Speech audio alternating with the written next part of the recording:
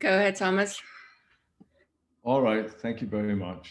And welcome everybody who signed up this webinar. We are very excited to have, my name is Thomas Blom Hansen. I'm a professor of anthropology here at Stanford. And I'm very excited to have this opportunity to have a conversation about Dalit studies and the study of South Asia with our guest, Shalaja Paik, who has joined us as a visitor at the Stanford Humanities Center this year. And Shalaja is a professor of history at the University of Cincinnati.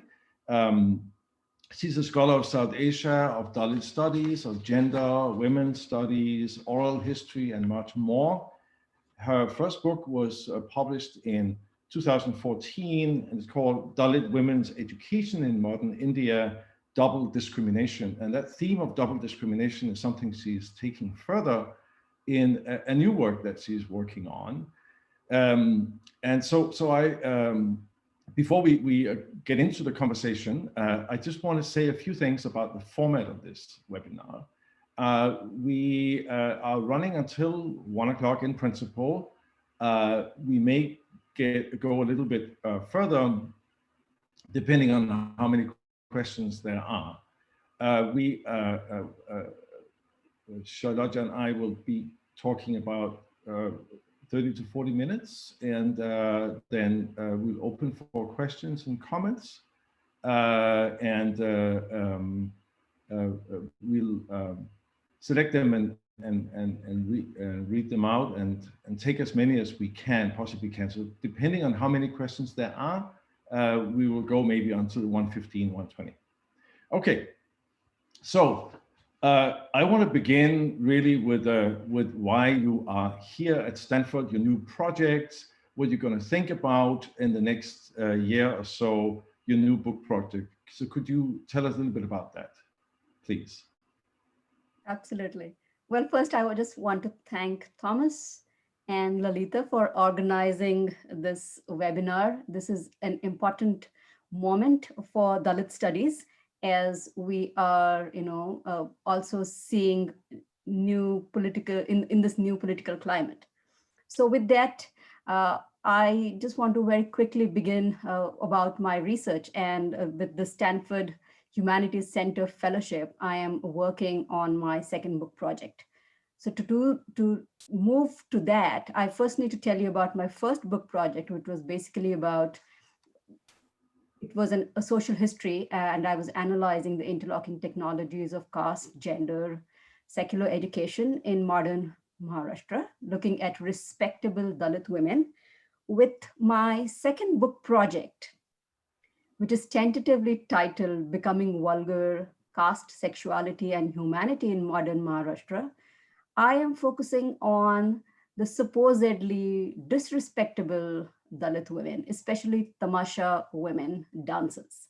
Tamasha is a popular theater in Maharashtra, and I am analyzing how Indians of a variety of caste and class backgrounds negotiate tradition, modernity, sexuality, and the nation by actually policing the vulgar. So let me very quickly tell you about how I came to this. The two words that stand in for tamasha are ashleel, which is vulgar, and bibhatsa, which is disgusting. So I deploy these vernacular Marathi concepts to write the first full-length monograph on the social history of tamasha. And I illuminate the critical place of sociality of sexuality and humanity for Dalit women. Stigmatized Dalit tamasha dancers are the central players in this history. So across 6 chapters, I analyze the ways the spectacle of tamasha under the garb of fun and play, as it is known, actually normalized sexual caste violence. It reconfigured dominant caste prejudice and privilege to shape social and moral boundaries, to homogenize certain communities across caste boundaries, and also to exclude certain communities. So I move away from leader-centered historiography and movement-centric approaches, and also, those studies that consider Dalits as homogeneous communities, to pay close attention to the internal contests inside the Dalit community on lines of class, gender, and sexuality. So I do this, I trace this story and write about this, and it is the entire 20th century that I'm looking at. I start in the 1900s and go on to what Ambedkar thought about these, this music and song and tamasha, how that is transformed in the radical Dalit movement, and then go on, with the neoliberal times, 1990s, and end with my, oral histories of these women. So this is what my project is about. I trace these tenuous processes and anxieties and ambiguities regarding the oppressed sexuality of stigmatized Tamasha women, which actually threatened Dalit radicalism from within. Thank you very much. That's an incredibly succinct summary of. I've seen some of the elements that go into this project, and it's extremely rich and really actually quite path-breaking in terms of its firm perspective from a feminist perspective, which is what I want you to talk about a little more, if you don't mind. You sent me recently a piece you've just written, which is about Dalit feminism. And in it, you quote two scholars, Anandi and Kapadia, who say that the Dalit women are, and I quote, the vanguard of an alternative politics. And do you subscribe to that, or what's your perspective? Is it somewhat different? You also, the second thing I'd like you to maybe elaborate on is that you develop a term in your paper that you call a womanist humanist perspective. And I find that intriguing. Could you explain what that is? Absolutely. I think it is, I really, I want to thank the audience again, because, this is exactly the forum where we are talking about these new knowledges. And I certainly endorse, Anandi and Kapadia's work, which is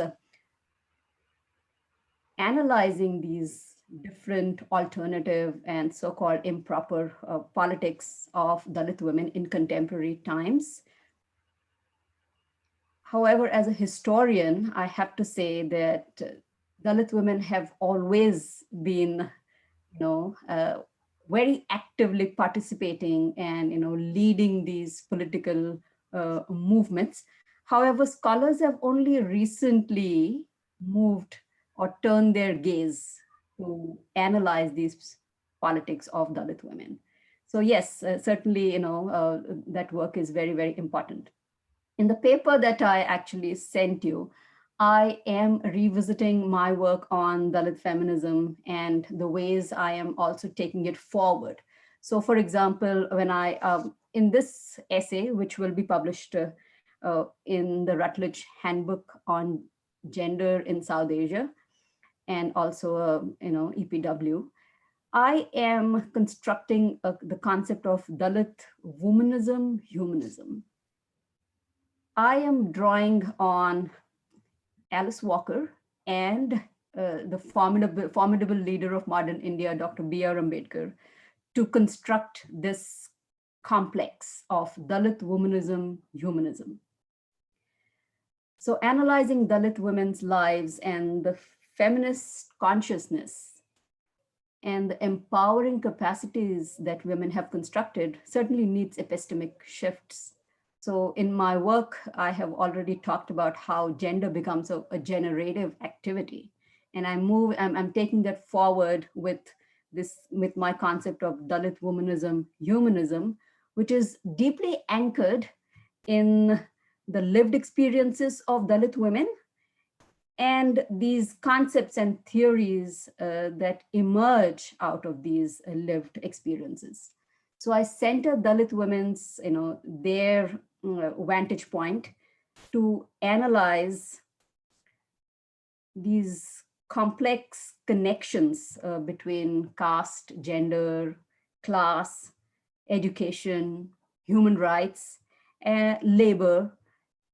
This complex, I argue, is a more capacious, it's a flexible com, uh, concept that moves beyond conventional feminism and which was mainly attacking male domination and patriarchy. So the womanist humanist concepts, Alice Walker also, she disagrees with white upper class US feminism that did not have any space for spirituality and religiosity. So that is why, to me, that womanist concept is a more holistic concept. And I connect that with Ambedkar's concept, these vernacular concepts that he excavates for Dalits and the movement. For example, Swabhiman, which is self-respect, Swavalamban, which is self-reliance, Manuski, which is basic human dignity. So I'm fusing these to come up with this Dalit womanist humanist concept, which will which allows us to look at the deeper historical, social, ideological, religious transformations experienced by Dalit women. And most importantly, this Dalit womanism, humanism I'm talking about, it is enriched by dialogues, coalitions, and connections with other marginalized and oppressed communities, because women share these common experiences as female sex, but at the same time, this womanism, Dalit womanism, humanism can also contribute to these larger conversations. So to me, non-Dalits can certainly contribute to Dalit womanism, humanism that will be centered on Dalit women's lived experiences, but it has the potential to also create larger communities. So this is what my essay was about. Yeah, thank you very much.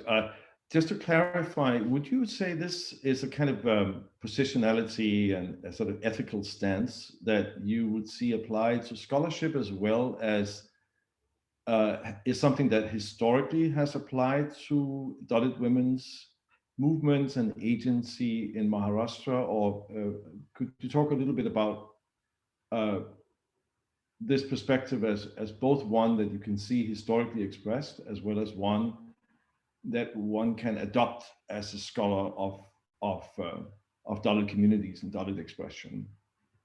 Yeah, certainly. I mean, as a historian, I really that is the most important advantage I have, that I have this longer vision. I see this process through the 20th century, and I have been able to dig out these voices of Dalit women neglected by mainstream Savarna feminists and the works that we have seen in the recent times. So it really allows us to move beyond existing scholarship to, yes, look into how these experiences of women, of Dalit women, are unique, but at the same time speak to a number of other marginalities. And that is where we see that historically how Dalit women were trying to form their communities when they had to fight caste discrimination, gender oppression, and oppressions also on lines of sexuality. So certainly very much. Okay, thank you. So maybe this is a good time to move on to the sort of larger question that we also flagged in our title for this event, which is the emergence of Dalit studies as a distinct field of conversation and scholarship, some of which is produced by people who have a Dalit background themselves, such as yourself, and some of which is produced by other scholars who also work on similar communities and histories. So I really want to hear you develop your perspective on what Dalit studies is and does. I know you have written about this, you have thought about it very deeply. And so here's my question to you about what the potential of Dalit studies is. So is it A, that, and it's not that A and B positions are mutually exclusive, but I want you to, if you could speak to the two possibilities as I can see, and I think it's something that lots of people are discussing and thinking about. Is it A, Dalit studies a way of, first and foremost, a way of foregrounding and situating Dalit experience as something that is irreducible, something that is unique compared to that of other historically oppressed communities in South Asia?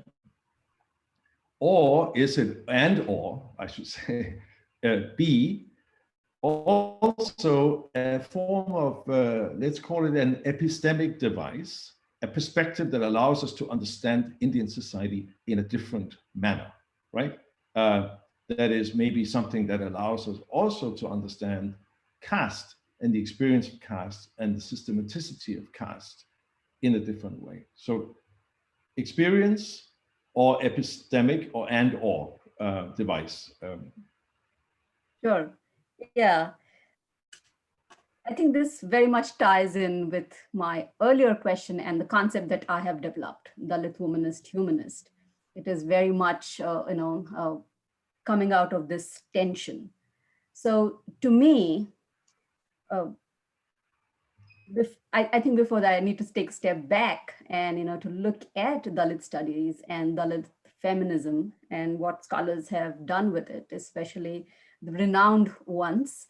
So, for example, there are scholars have offered two different standpoints. So the first one is the renowned political scientist Gopal Guru, who emphasizes the authenticity and or experience of Dalits as the most unique way that that becomes the root for Dalit studies, or the social location as the most important idea and lived experience as very authentic.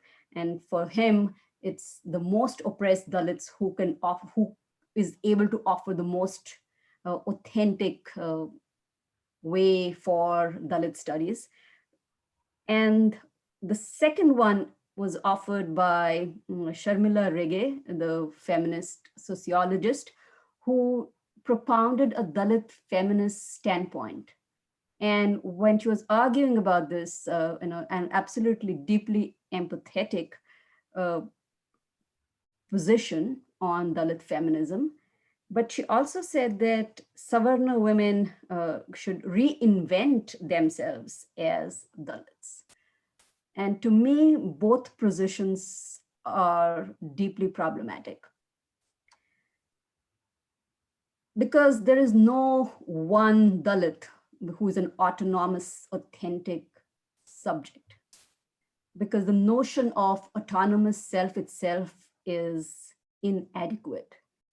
And I think while extremely important, Dalit marginality and direct biological experience may not be the only essential and exclusive method of creating knowledge. I think we need to depart from these dichotomies and these binaries of materialist analysis emphasizing biological authenticity and the idealist analysis disavowing background and worldviews. To me, a Dalit and Dalit is not just an identity, it is a political category. It is it allows the self-making of the Dalit, as I showed in my first book, and I am, building on that in my second book.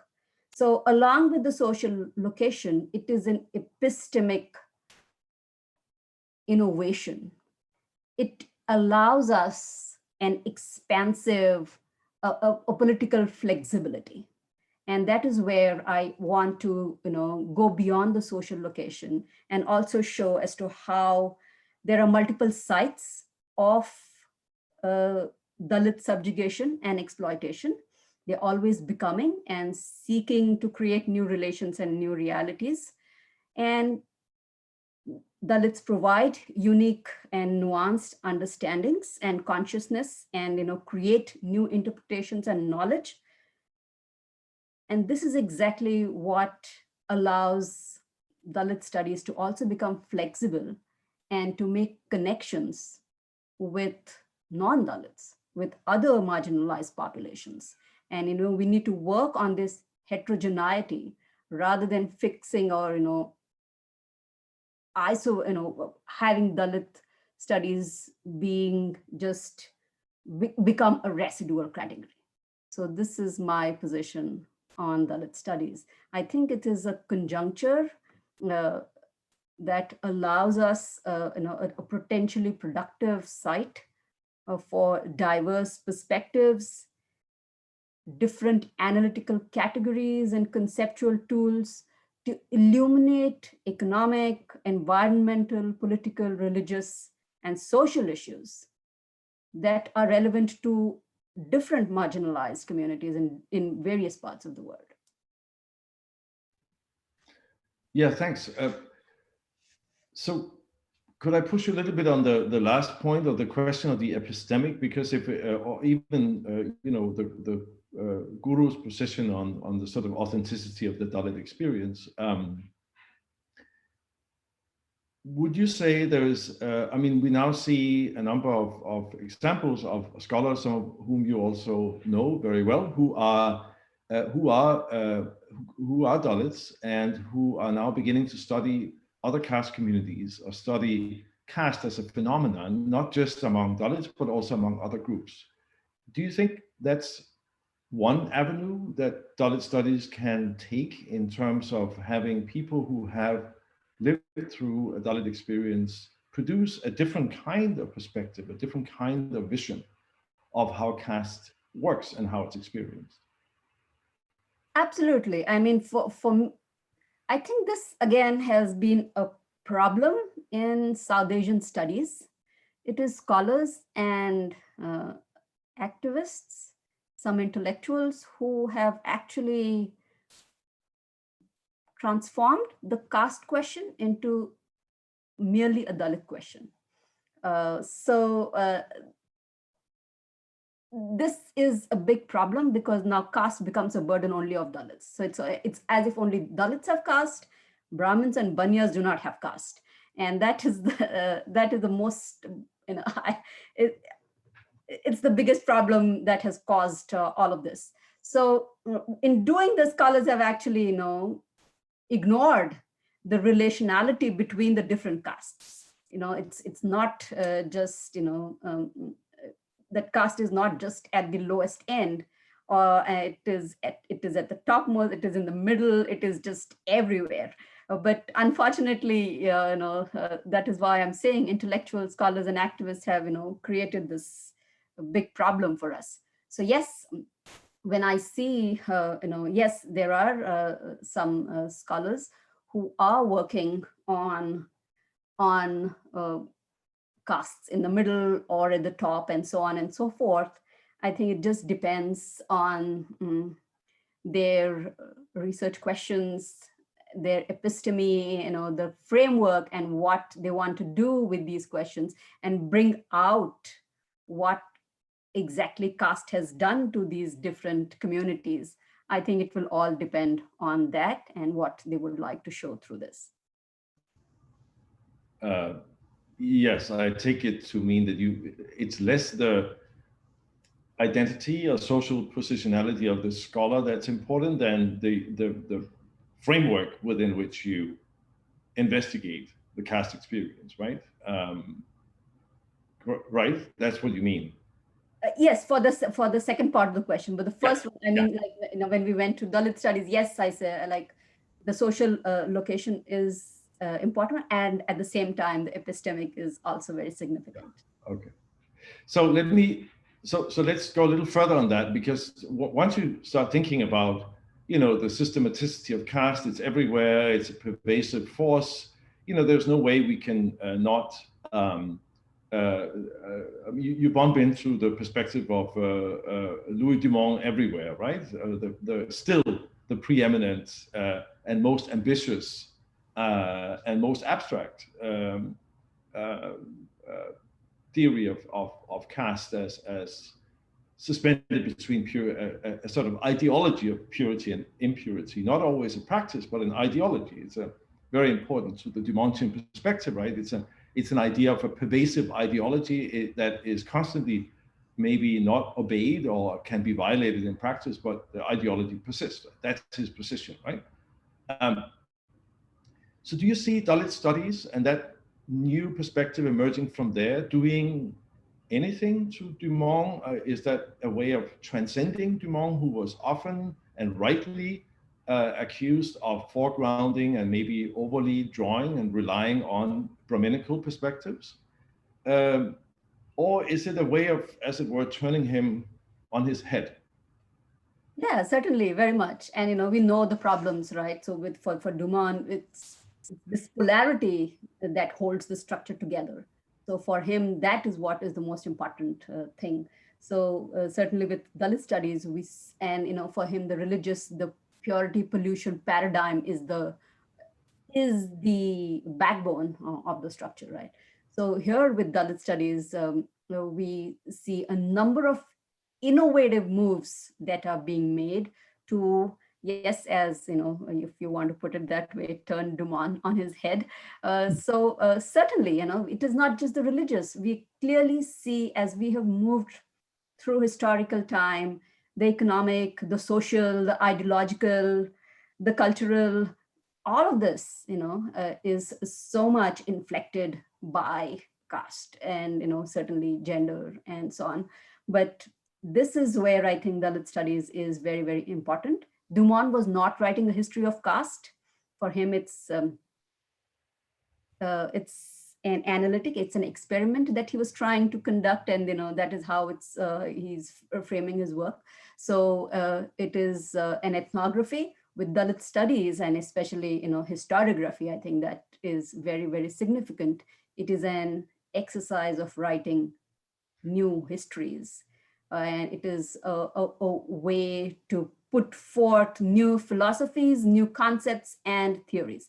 This is not something that we see that Dumont was trying to do. Right. So do you see that this is a way to get beyond that sort of idea of purity, impurity as a kind of ideological core?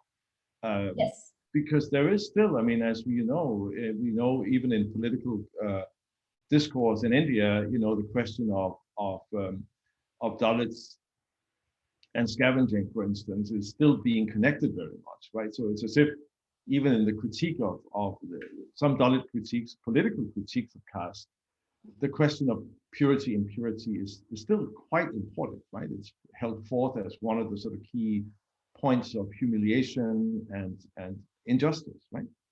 So can one get beyond that? I mean, it's so embedded in some ways in political discourse. Could you speak to that a little bit? Yeah, certainly. I mean, the problem of purity and pollution is at the root of all of this. But I'm saying that is not the only thing.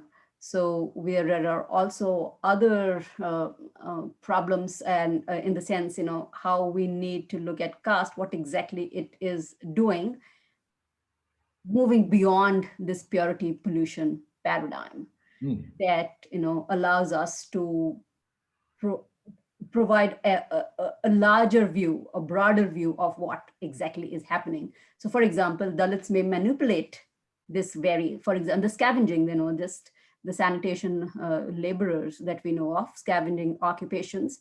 And we also see that not many Dalit communities are, abandoning these occupations.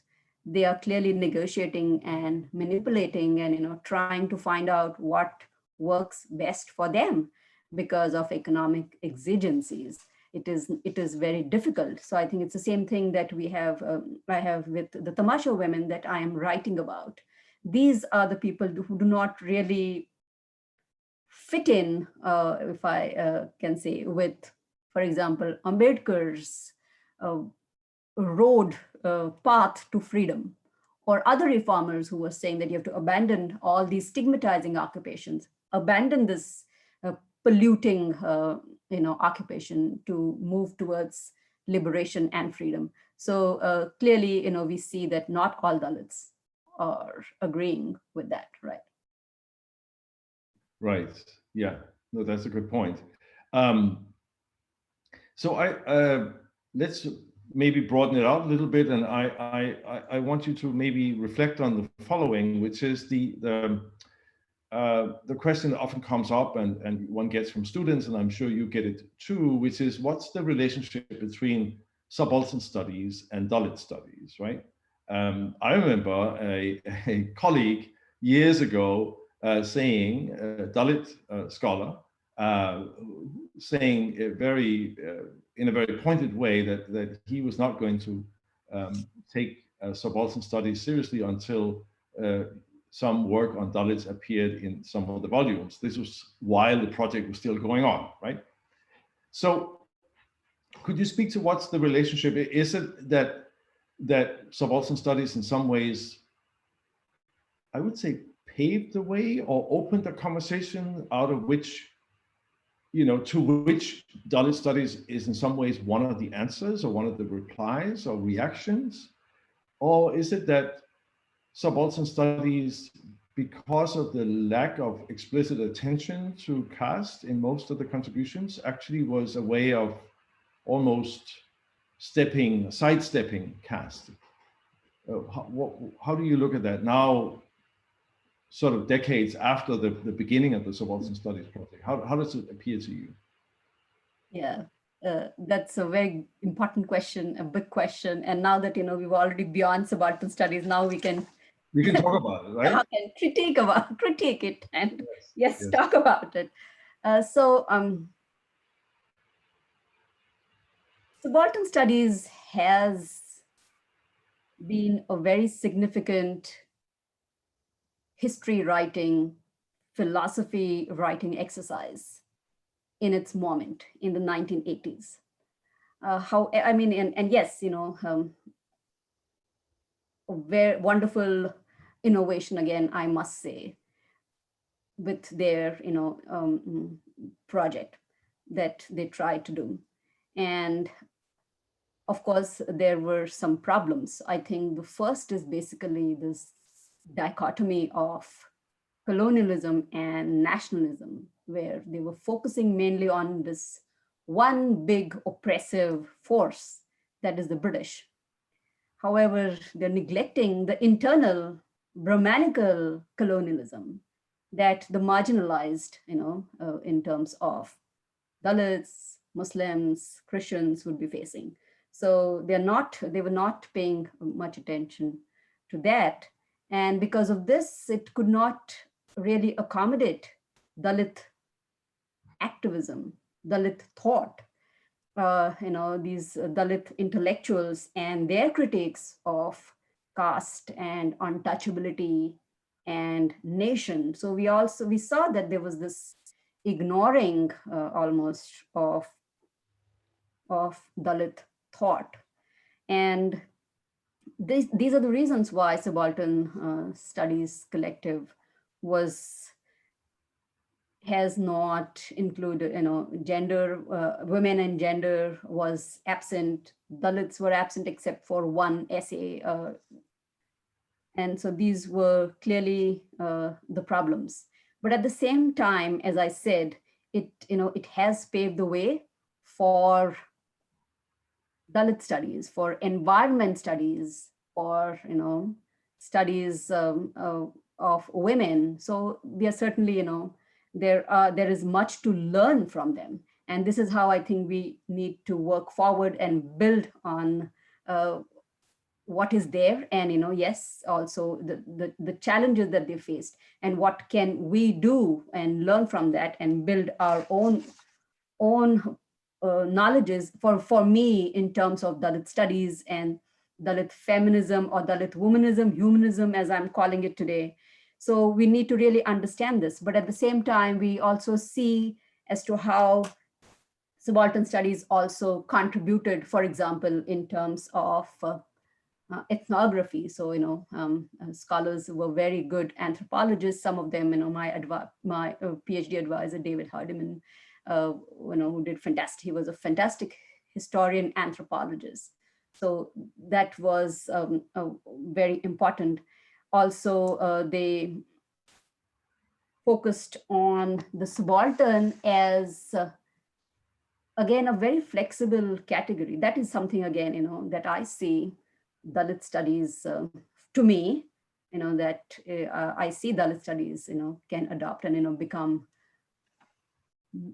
so work on that energy and that force to become, to make connections between different communities. The subaltern was not a political category. Dalit is. So Mm. this is a major difference that I also see in, between the subaltern and what we are doing in Dalit studies. So to me, just learning from subaltern studies, and when I'm looking at Dalit studies, clearly Dalits are not just actors and subjects of history. Yes, this is already a departure from subaltern studies, but Dalits in Dalit studies, especially scholars who happen to be Dalits, are are producers of this new knowledge. They are the ones creating new concepts and working on new theories and construction of new knowledges. This is something that is a very recent phenomenon, and this is how Dalit studies is advancing on these lines. So yes, methodological epistemic innovations, moving on from subaltern study, departing on certain lines, focusing on lived experience, region, the vernacular. That is again, subaltern study scholars, maybe just in the north or Bengal, that was their area. So, with Dalit studies, we are also seeing that there is this alternative archive that we are looking at, right? So, for example, even just with my work, because we do not find histories of Dalits and women recorded in the official archive, which is biased about Dalits. That is where I engage in oral histories. So this is the new innovative method of writing history. So these my interlocutors, these Dalits, are participating in the knowledge making exercise. I am not just an academic sitting in an ivory tower trying to build castles in the air, but I am, working on these with these interlocutors to produce this history. So historical anthropology is very, very important. I'm also looking at song, dance, music. So these are the new ways we see Dalit studies intervening in these non-conventional ways. It is also becoming extra historical, if I can say, and deriving from notions of liberalism, democracy, and so on, but also, making it unique. So these are the connections that I see, the problems, the challenges, but at the same time, what we can learn from it and offer. And this is how Dalit studies can offer a deeply political, epistemologically effective critique of these different disciplines. So these are the connections and Sure. the challenges that I see. Thank you. That's very interesting. So I think now is a good time maybe to take some questions from the attendees, of which we still have many. I have three here, and I want to begin. They're all right on some of the stuff you have already talked about. So I'll begin with a question from Zoe Shirinian. And it goes like this: Can you talk about what Ambedkar thought about music and dance? Did he think that Dalits should distance themselves from outcast associated art such as drumming for funerals? Or did he think these could be reclaimed as positive, non-polluting, and worthy activities? Right. Yes. Thank you very much, Zoe. I know Zoe works on music, Tamil, Parai drumming. uh, so, Ambedkar on music and dance. Yes, very much. I have two chapters on that. But anyway, so Ambedkar, I am looking at Tamasha, which is, as I said, this popular theater, public performance. Women are the ones who are doing this. So he watched tamashas, but at the same time, he was also furious that women were being exploited in this tamasha. So he was very angry that uh, these cultural practices were actually using women, commodifying women's bodies, and that is how a lot of business was being built. So he was certainly furious about that. But at the same time, so this is how we see, this is another form that emerges in Maharashtra in 1930s, which is called Ambedkarite Jalse, which is Ambedkarite folk drama.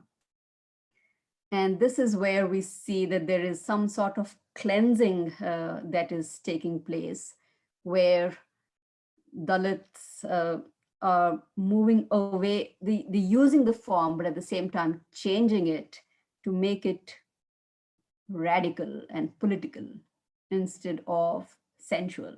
So this is the tension that we see inside the community.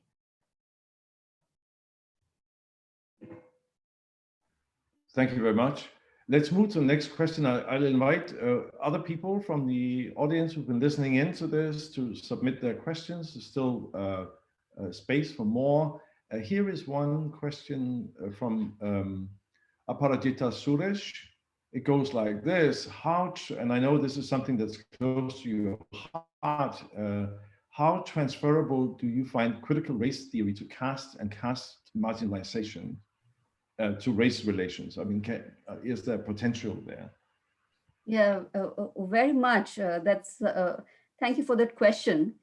I have actually published an article on building bridges between Dalit and African American women, which came out in 2016, where I'm talking about how these two marginalized communities, yes, in different continents and in different contexts, but at the same time can learn from each other, and how the oppressions of caste as Dalits are facing and race as African Americans have faced in the US also can produce these new solidarities and a new caring humanity. So certainly scholars historically have used these two comparative comparative lenses, and we have a lot to learn from each other. Elizabeth Wilkinson's recent book, which is titled Caste, The Origins of Its Discontents, also is working on similar lines. So yes, there's a lot of potential there. All right, thank you very much. And here is another question from the audience. There isn't a name on it.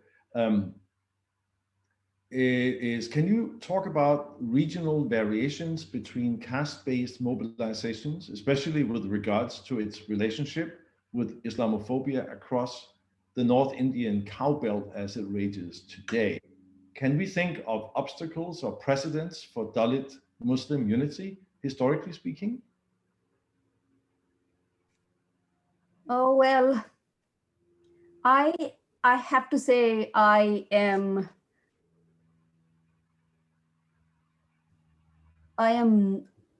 don't know the very detailed caste variations in North India, or the relations between Dalits and Muslims.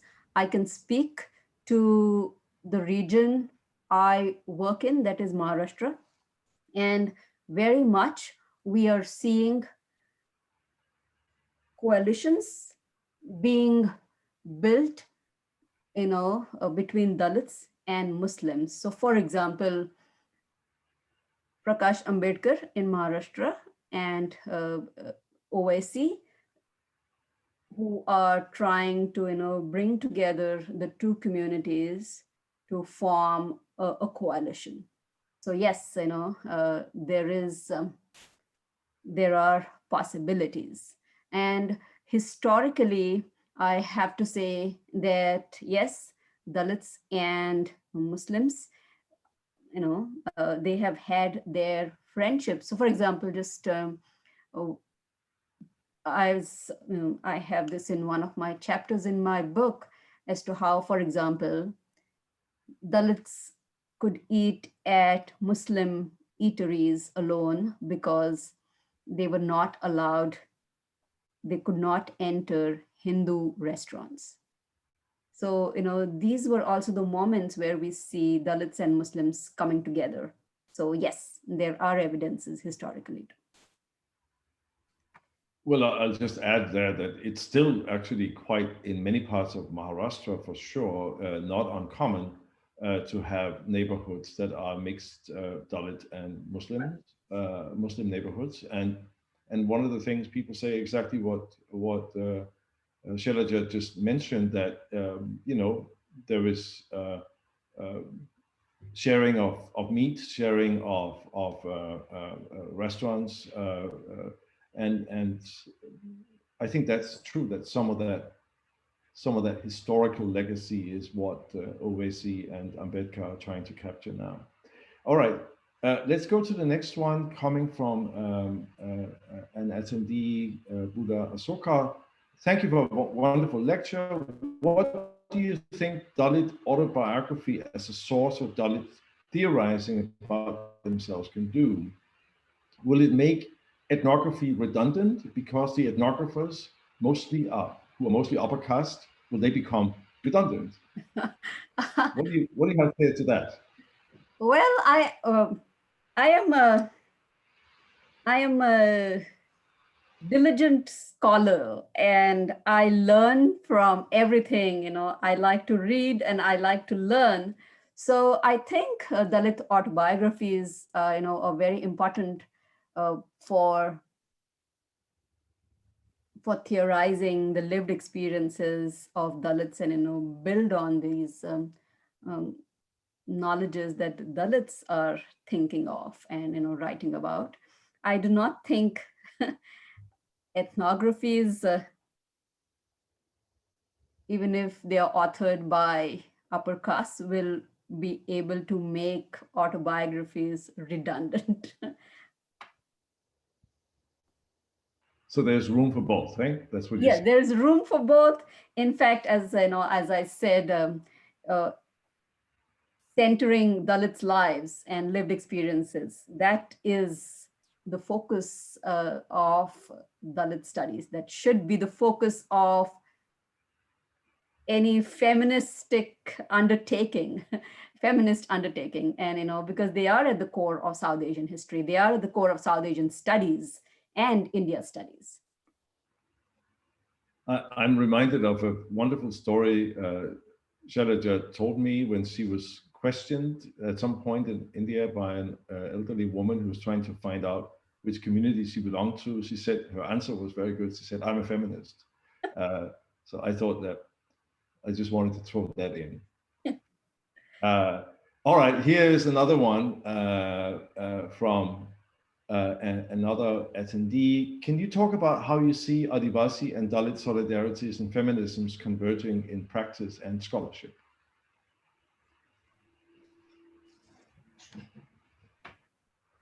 Well, I see that there are a lot of connections that have been made historically between Dalit, Adivasi, Bahujan, feminists, and uh, these conversations that these different communities have been having as to how Savarna feminism is not able to really relate to their experiences. So certainly I see that there are a lot of ways in which the marginalized, can connect with each other and build upon these solidarities. Yeah, okay. There's actually quite a lot of questions, so I want to make sure we get a few of them.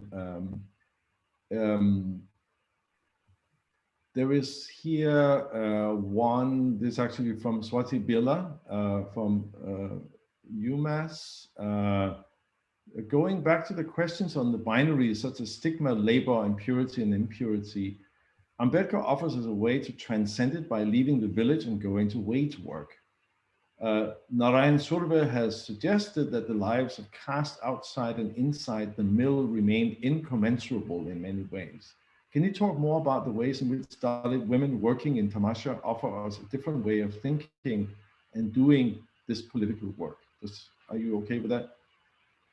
Yeah. So what is the political work? If I'm not able I'm to. not quite sure, but maybe you could comment on the question of whether Ambedkar's position, certainly in the 1940s, right, that and 30s, that Dalits should leave the village and seek work in the city and change occupations and all that.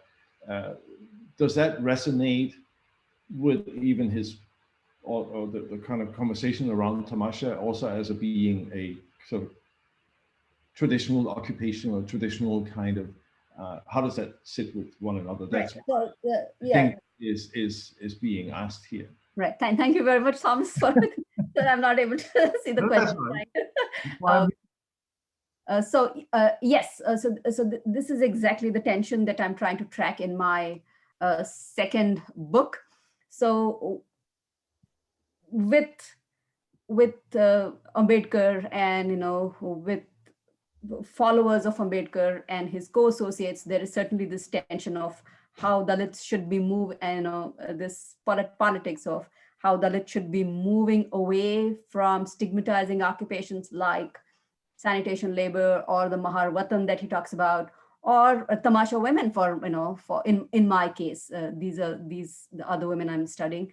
So we clearly see that that is what it is. And even in contemporary times, we are seeing this conversation taking place where many Dalits are against women performing in tamasha, or for example and you've seen this conversation with Devdasi women also, especially Dalit Joktanis, right?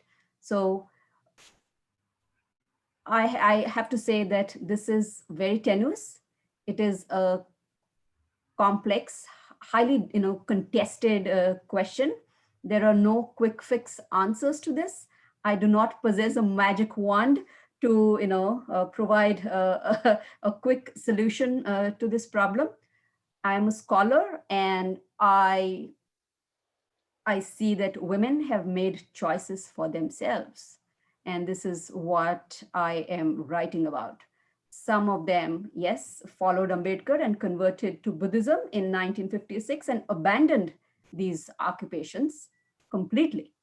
However, not all of them followed Ambedkar. And it is very important to note this.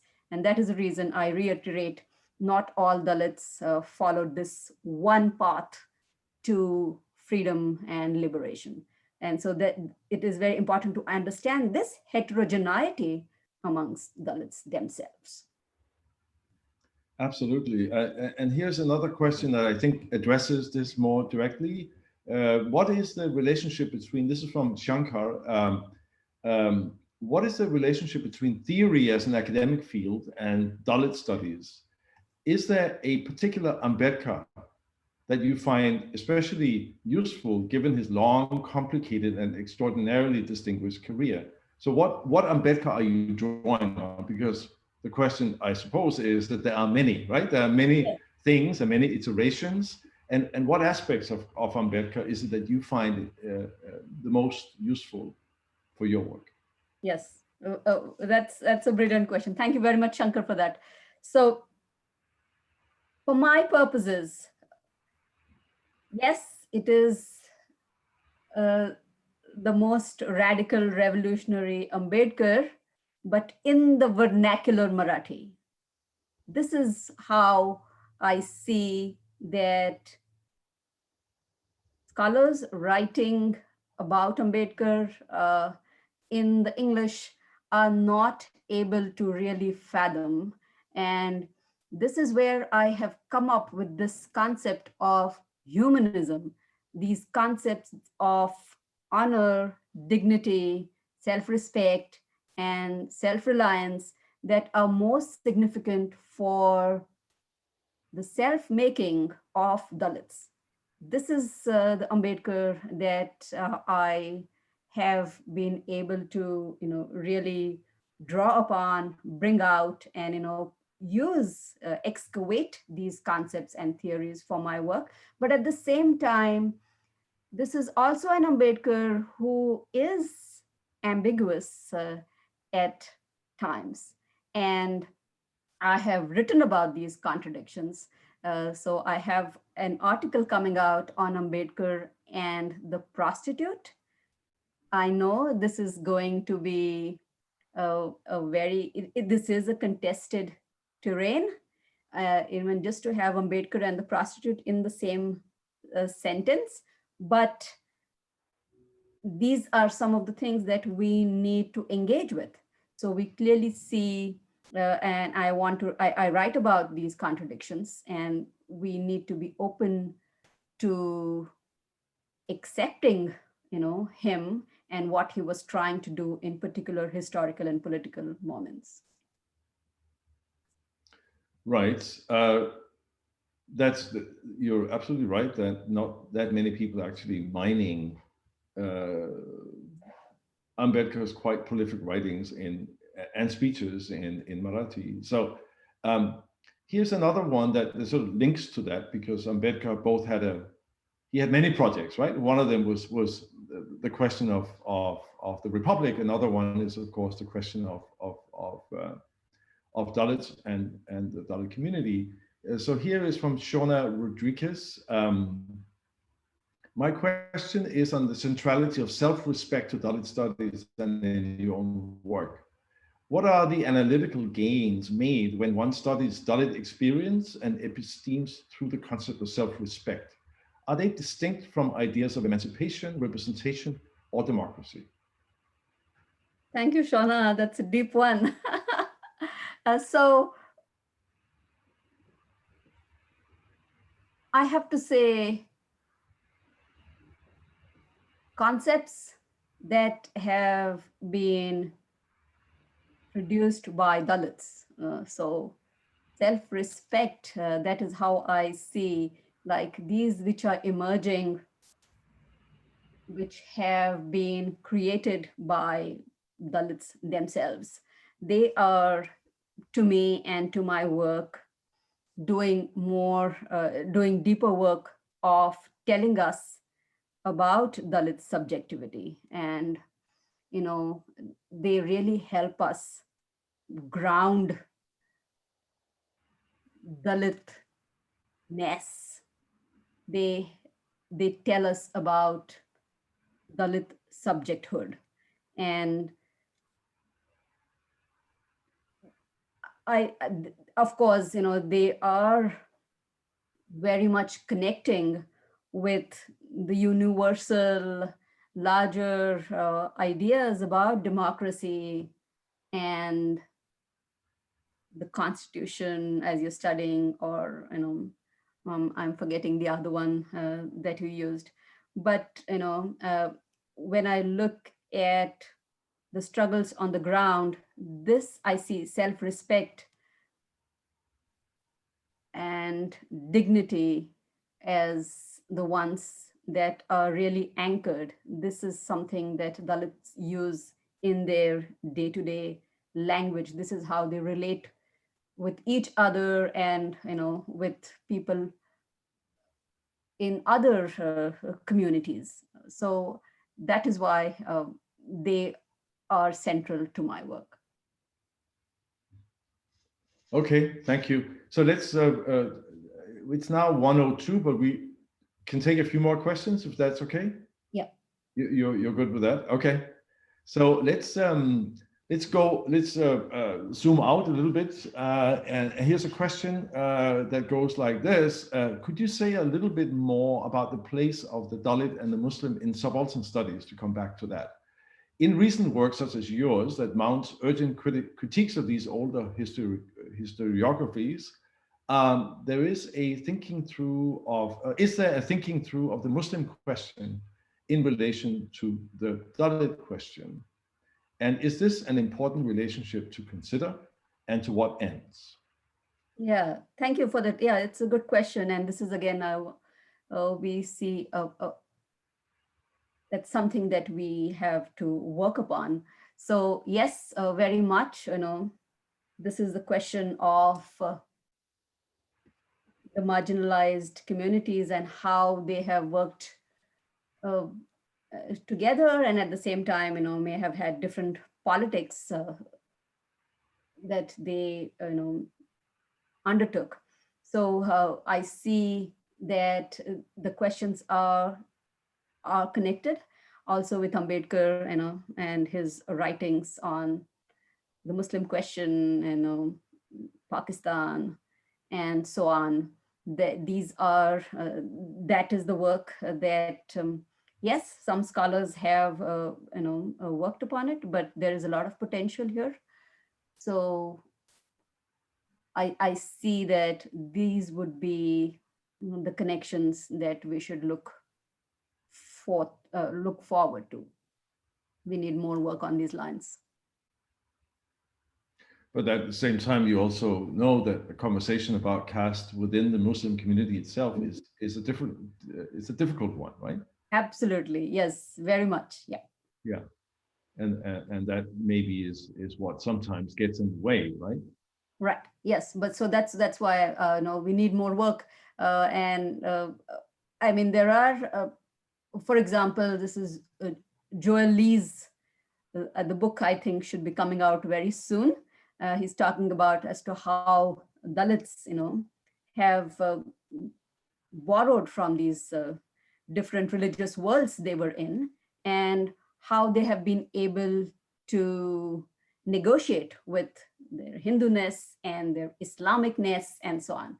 So we clearly see that uh, this is how we clearly see this connection between Dalits and Muslims. So there is more work to be done on those lines. Okay, so we have one, well, maybe that this question from our friend and colleague at Santa Cruz, Junaid Sheikh, is sort of on this in some ways. He's writing, I want to hear your thoughts on how Dalit studies and Dalit activism will sync in these times. Will Dalit studies offer a critique of academic disciplines, nation marginalization, or at a scholarly pace? But how will Dalit activists be responding to the moment? Is there a possibility of forming alliances and so on? Will there be a contradiction? Will these contradictions be productive or a deterrent? So I take it that Junaid is asking you to, in a sense, talk about that if there is, what that relationship with kind of current activism and Dalit studies as an academic field, what does that look like? Right. Yeah. Thank you very much, Junaid. Yes, certainly. And we are seeing this in the US and in India very much, especially in the context of Black Lives Matter. And I think that is why this conversation is also very important. So very much a lot of potential for alliances with, between scholars of Dalit studies and Dalit activists. At the same time, we also know that there have been a lot of tensions, and this is exactly right. This is what I pointed out in my in some of the questions that I was speaking to. So for example, even the question of caste, and this is scholars and some activists have been responsible for doing this, why burden only Dalits for this caste, as if others do not have caste. And so these are, this is just one example. There are going to be challenges, contradictions, contests on other thoughts, but at the same time, this is also, it provides a potential for activists and scholars to come together to strengthen Dalit studies as a whole. Okay, so I don't think I'm able to get all the questions because we are running out of time. But I just wanted to there was one here from Drishadwadi Bargi who wants to know something about the method of knowledge that you're building, the shared method of knowledge building that you're talking about from, I suppose, from looking at Dalit women. Is there a place of self-respect when it comes to knowledge building itself? I mean, what role does, I take this question to mean that you could say something about whether in a sense, the archive that you're building through your work can be also put to other kinds of uses, whether there is a kind of maybe even a shared building of knowledge between those who are community activists and those who are scholars, and where one can take that. That's my interpretation of this question. Okay. Yeah, for me, when I spoke about knowledge building, it's basically, one of my most important points, and this was a critique of scholarship produced by non-Dalits, where Dalits merely become objects.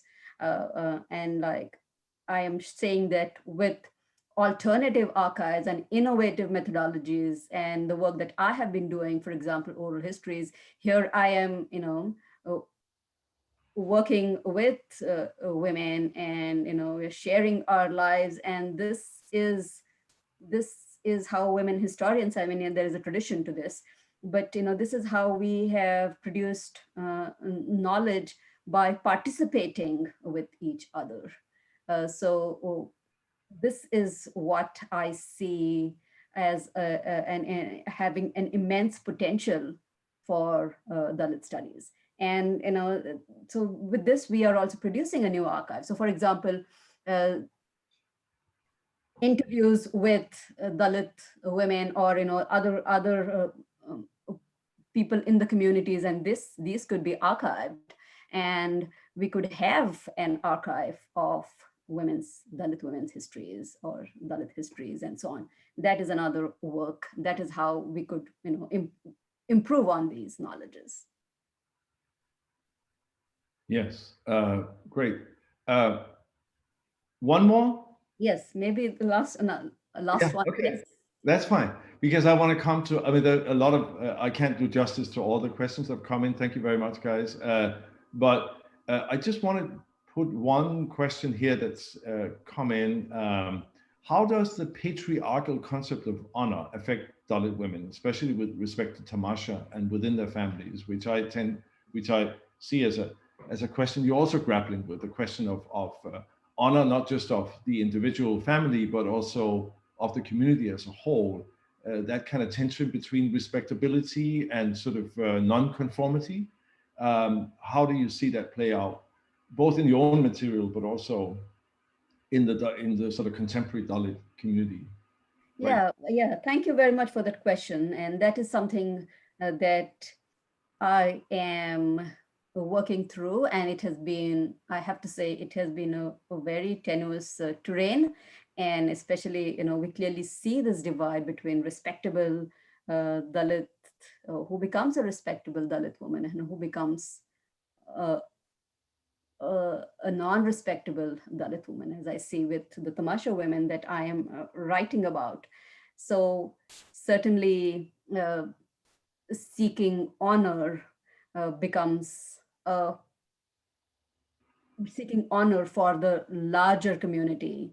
So when we are thinking about that, there is a tension that tamasha women face when they're trying to do this. So for example, when they're working in tamasha, yes, they are making economic gains. For example, they may acquire property or land and wealth, but at the same time they are looked upon as degrading the honor of the community. So the individual gains do not fit with community honor as such. And so that becomes a problem. And so we see that, yes, respectability has this, there is some kind of traction with patriarchy and this domination inside the household. And at the same time, as I said, I am a scholar and I write about my research and these stories. It is Dalit women who make decisions for themselves. I do not decide for different and many Dalit women. They have made their choices, they have made their decisions, and they are pursuing their political actions for their own purposes. I interpret those actions. So there is no one straightforward, clear cut answer. Okay, thank you very much. I think this might be a good note to wrap up on, that there is not one clear answer, but there are lots of voices that need to be taken seriously and heard, and this is the work you're doing. And I just want to thank you so much, and I want to thank the audience for listening to this conversation. And I think many people will come away from this looking forward to see your new book when it appears. And thank you very much. And we certainly look forward to have you here at Stanford in the coming academic year and to many more conversations along these lines and more. So thank you very much, everybody. Please come back for more events at the Center for South Asia at Stanford, which has a lot of stuff happening, both now, but also in the coming quarters. So thank you very much. Bye-bye. Thank you very much.